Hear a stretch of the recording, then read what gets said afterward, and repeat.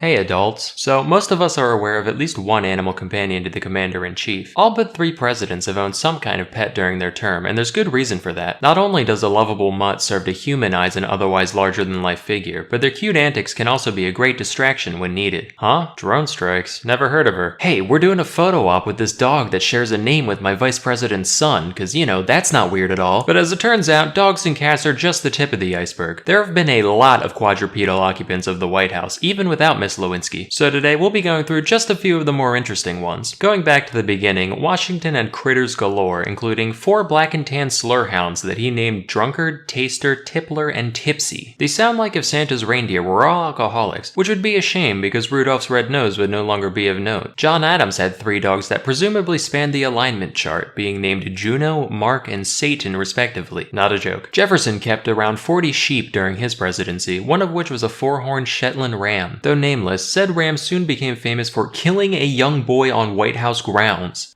Rather than immediately destroying the animal as we'd expect today, Jefferson just had it moved back to Monticello. It was eventually put down, but only after it single-handedly killed several other rams at the estate, which just goes to show how Jefferson operated. Random child, not the best optics, but that can be forgiven. But my own property, that's a bridge too far, Rambo. John Quincy Adams' wife Louisa practiced sericulture, which is a fun word for silkworm keeping. As a side note, sericulture's been going on since at least 3630 BC, which is kinda nutty, cause that means we domesticated worms to turn their goo into clothes before we figured out how to ride a horse. Jackson had an African gray parrot named Poll, short for Polly, that would apparently curse like a sailor, probably thanks to the teachings of Old Hickory himself. Having outlived its owner, Poll ended up being removed from Jackson's funeral service after unleashing so much profanity that guests found it genuinely upsetting. He also kept roosters for cockfighting, which was acceptable at the time and still far from the worst thing he's done morally. During Van Buren's term, the Sultan of Oman sent a variety of gifts to the president, among them being a pair of tiger cubs. He was like, "This is badass," and desperately wanted to keep them in the White House. But the dickheads in Congress asserted that, due to a specific constitutional provision, gifts to the presidential office weren't for the man himself, but for the people. Van Buren said, "Fuck the people, them's my tigers," and got into a legal battle with the legislator over the issue, which he eventually lost. The tigers were subsequently sent to a zoo, and over 20 years later, Van Buren died of pneumonia, completely unrelated to this incident. Although Andrew Johnson had no du jour pets, he did befriend a family of mice he found in his bedroom, feeding them flour and grain and referring to them as the little fellows. It's an oddly wholesome thing to hear from someone who essentially set the trajectory for the next 100 years of black disenfranchisement. Mr. Johnson, we still have a country to rebuild. Get out of my room, I'm getting rat-pilled! Taft had 2 cows during his term. The first of them was named Mooly Wooly, and she died a year and a half in after, quote, eating too many oats. Mooly was promptly replaced by the far more dignified Pauline Wayne. She was a real dime of a heifer, which led Taft to show her off at the International Dairymen's Expo in Milwaukee. In order to get her there, she was transported in a private car attached to a train headed for the stockyards in Chicago. But a switch crew mixed up which car was hers, leading to 2 days of frantic telegraphs asking where the president's cow had gone. She only narrowly avoided the slaughterhouse when a couple of attendants at the stockyard recognized Pauline for what she was, and all was well. This next one requires a little background info. So the traditional Thanksgiving dinner was and remains a significant yearly ceremony for the first family. For half a century, from 1873 to 1913, the duty of providing the presidential turkey belonged to one Horace Vose, a private turkey farmer based in Rhode Island. After his death, though, things turned into a free-for-all, with numerous farmers sending unsolicited turkeys, both alive and dead, in an attempt to secure a position as the next annual caterer for the White House. Nobody was decided on for a decade, and upon assuming office in 1923, Calvin Coolidge found the volume of birds showing up at his doorstep alarming, and put an end to the tradition that year, instead opting to buy his own turkey. But in 1925, after much outside pressure, he caved, and was immediately flooded with not only turkey, but a variety of increasingly exotic animals to eat. Among them was a live raccoon he received the following year. Coolidge was, at the time, blissfully unaware of the intricate dance performed on the palate between forward yet ephemeral gaminess and heady seductive musk when one submits himself to the experience of a toothsome raccoon fillet, and as such he decided to keep it as a pet instead. Dubbed Rebecca, the creature soon came to be a core member of the Coolidge family. She ate as well as any of them, being fed things like shrimp and persimmons, and she was particularly fond of eggs. Given free reign over the house, Rebecca's hobbies reportedly included unscrewing light bulbs, uprooting houseplants, and playing with wet bars of soap in the bathtub. She was so beloved that she even had her own treehouse built for her in the White House yard. When the Coolidges made way for the Hoovers, Rebecca was forced to vacate her post, but the new first family soon found that they had a squatter on their hands. The new tenant of Rebecca's treehouse was a wild opossum who, rather than being evicted, was adopted by the Hoovers in a similar fashion to Rebecca, albeit from a farther distance, mostly just saying, yeah, that's ours now. He was given the name Billy Possum, which is a reference to our old friend Taft. See, as the man following Teddy Roosevelt in the White House, Taft had some big shoes to fill. So during his term, some enterprising young dumbasses approached Taft with what they claimed would be the sequel to the teddy bear. They called it Billy Possum, which is itself a reference to the president's fondness of possum and taters, a dish he famously requested at a banquet in Atlanta as an act of goodwill towards the South and its culture. Taft found the idea amusing enough that he gave the green light, and many thousands of Billy Possums were produced. Given their total obscurity today, it's clear these toys were a massive flop, and there's a few reasons for that. For one, trying to force fads at all is like trying to push water uphill, but also, the story of Roosevelt refusing to shoot a tied-up bear has a bit more symbolic poetry to it than, it's a possum cause he like possum, he a fat boy, eat him up good. Couple that with the constant character assassination that the opossum as an animal has received from ignorant urbanites, and it becomes obvious that this thing was doomed from the start. But anyway, that's where the Hoover opossum got his name, and his exploits were pretty limited outside of temporarily filling in as a mascot of a local high school. In 1961, Soviet Premier Nikita Khrushchev gifted a dog to the Kennedys, named Pushinka, or Fluffy. And while it is normally rude to look a gift dog in the mouth, an exception can be made when the single biggest threat to the free world insists that said dog should live with the president. Pushinka was x-rayed, put through metal detectors, and given ultrasounds out of fear that someone implanted her with a listening device. Fortunately, though there may be bugs in some of you mugs, there ain't no bugs in she, and Pushinka remained a Kennedy for the rest of her days. While truthfully, the gift was likely given as a simple act of good faith designed to reduce Cold War tensions, Pushinka was also the daughter of Strelka, who, during Sputnik 5, became the first mammal to make it back from space alive. So I'd like to think of it as more of a passive-aggressive space race flex. Like, yeah, our astronanimals are so alive, they're making babies even. Hope looking at this one constantly reminds you of where you stand. With that, I hope you found this highlight reel enlightening. It feels good to know that while Congress has always been a zoo, so too has the White House at times. That's all for today. Till next time, I'm Salmonella, and you make my girlhood tremble.